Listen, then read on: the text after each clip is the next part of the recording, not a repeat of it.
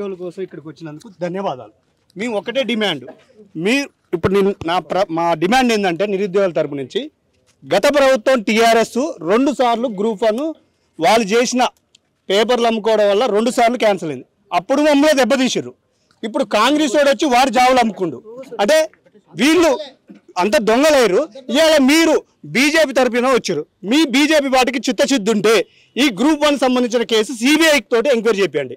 అప్పుడు మేము అందరం ఆన్సర్ చేస్తాం. అదొక ప్రధాన డిమాండ్.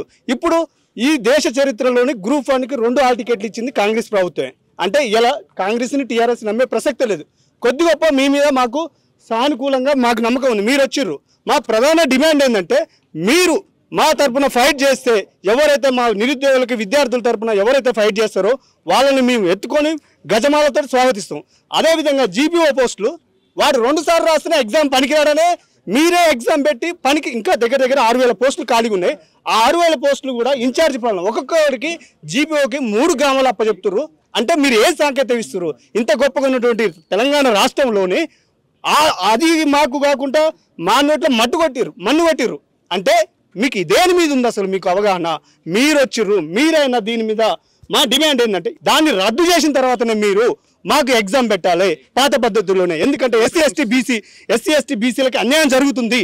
ఇది మీరు కొద్దిగా ఇలా హైకోర్టు ఇచ్చిన తీర్పు మీరు పనికిరారా బాబు అని చెప్పింది. అంటే మీకు చెంప చల్లు అనిపించింది. ఇంకో 2 చెంప చల్లు అంటే మీరు ఇక జీవితంలో కూడా మీరు అధికారం రాకు.